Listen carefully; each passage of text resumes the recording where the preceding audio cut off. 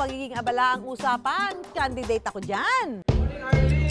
Alas 4 pa lang ng umaga, alam niyo na kung saan ako makikita. Highway, may mga... Pagsapit naman ng alas 10 ng umaga, Ito muna tayo. Yan. Hindi pa tayo tapos. Nandyan pa ang mga field shoot. At pagsapit naman ng hapon, ang hirap kumita, no? Pero ang negosyanteng makikilala natin, ang pagsasabay-sabay ng ganap at pagbebenta sa mga bazaar ang naging diskarte para kumita ang kanyang cookies. Quezon City, Makati o Taguig. Basta may bazaar, join ang negosyanteng simaan.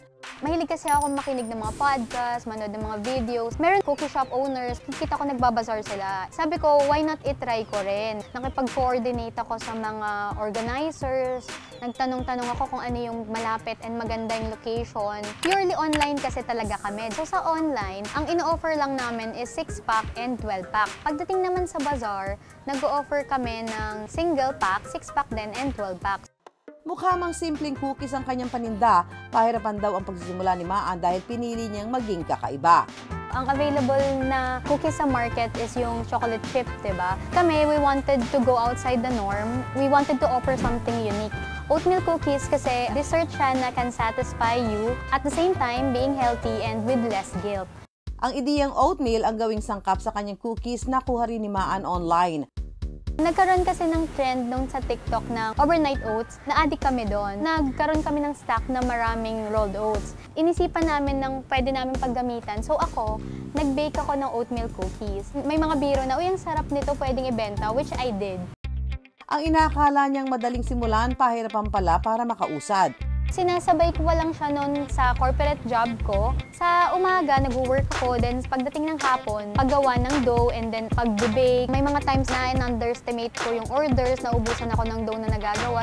So may mga times na nadidelay din yung sa work ko kasi kailangan unahin eh. Hindi ko na siya kayang pagsabayan sa corporate job ko, kaya I stopped. Kaya itinigil ni Maan ang kanyang cookie business pero tila may kakaibang calling daw ito sa kanya. 2022, I decided to reopen. Binago namin yung recipe, in-improve namin yung cookie namin, binenta namin siya ng mas malaki, and pati packaging, binago rin namin. Na hihigitan na ni Mookies yung kinikita ko sa corporate job.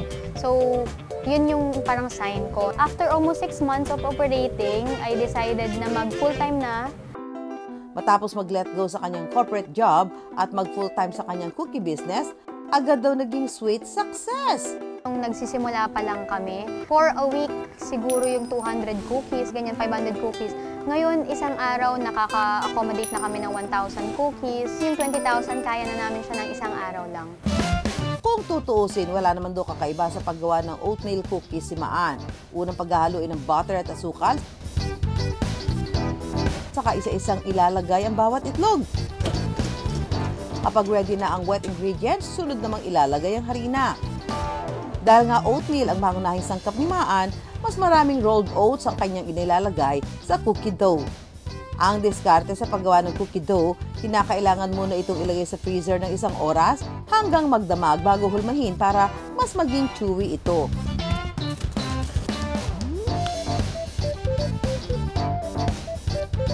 Para mas sumarap, hinahaluan niya rin ito ng chocolate chunks at almond nuts. Isasalang ito ni Maan sa preheated oven ng 12 minuto. Kapag tunog ang timer, ready na ang oatmeal cookies. Mayag ba tayong matatakam na lang? I think matapos ang marami kong ganap, deserve ko ang mga cookies na ito. Ang oatmeal cookies ni Maan, dumayo na rin sa set ng Makiling. Yung gusto nyo, di ba? Yung mutya. Maria Makiling, tulungan mo ko. Sa akin, ang nakuha ko ay classic. Sa akin naman, almond. Ang lambot. Sa akin. O, maya, artista ka lang. Sarap. I like it. Ang masarap nga. Mas gusto ko yung ganito. Chewy na. Oo, same. Gusto ko yung chewy. Kasi hindi siya Hindi ako fan masakit ng sobrang kainin. lambot eh. 9.5 out of 10. 9.6 out of the... Perfect siya sa mga nagda-diet. Para siyang oat bars. Chewy yung dating, so hindi siya crunchy, but meron pa rin siyang crunch dahil dun sa cereals na nasa taas. Tapos meron din siyang s'mores, meron din siyang marshmallow na tinuro sa taas. Kaya masarap kasi nagko-compliment pa rin na hindi siya sobrang nakakaumay sa tamis. Kakaiba siya kasi yung tamis niya, yung alat, hindi masyadong overpowering sa bibig. Masarap po siya, chewy, parang healthy kasi parang oat yung ginamit na ingredient sa kanya. Kasabay ng tuloy-tuloy nakita ni Maan sa kanyang oatmeal cookies, tuloy-tuloy din daw ang pagsasanay niya para ma-master ang negosyo. Natuto lang ako sa YouTube, self-taught lang. And alam ko sa sarili ko na marami pa akong kailangan pagtutunan. Kahit cookies lang yung binibenta ko, gusto ko rin ma-inspire and matuto. So nag-enroll ako sa pastry class. Nag-start ako na mag-invest sa sarili ko. Marami ako natutunan and naka-help rin naman siya sa akin para makapag-develop ng other flavors. Ang dating home-baked oatmeal cookies sa baking studio na ginagawa ni Maan. So, nag-start kami is 5,000 pesos. From time to time na kumikita na yung business, nilalaan ko lang siya sa business para investment. So, ngayon, meron na kaming baking studio na doon na kami gumagawa ng dough. Dumami na rin ang flavors ng cookie ni Maan. OG lang talaga yung dark chocolate and walnut. Yun yung classic na oatmeal cookie namin. Ngayon, meron na kaming almond butter, cereal milk, caramel turon. Na-release din namin si Coffee S'mores. Tawag namin sa kanya limited edition. So from time to time, pinapalitan namin siya ng flavor para kahit papano may excitement pa rin sa flavor. Sa dami raw ng pinagdaanan ni Maan, marami rin daw siyang natutunan.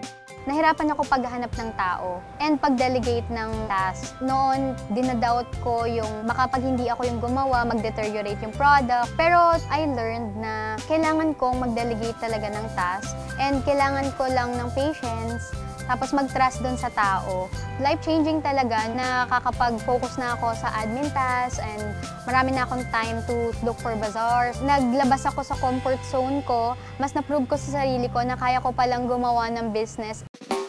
Oras daw ang isang malaking investment sa pagninegosyo. Learn basic accounting kasi doon mo makikita kung profitable ba talaga yung product mo. Huwag kayong maniwala na pag nagka-business ka, control mo yung oras mo. Hindi totoo yun. Mas hindi mo makontrol kasi kailangan mong mag-wear ng multiple hats. Lalo na ako na one-man team ako nagsimula. Kailangan mo lang i-surround yung sarili mo ng supportive people around you na pag napapagod ka na, andyan sila to remind you bakit ka nagsimula. Walang madaling hanap buhay at walang easy-going na negosyo.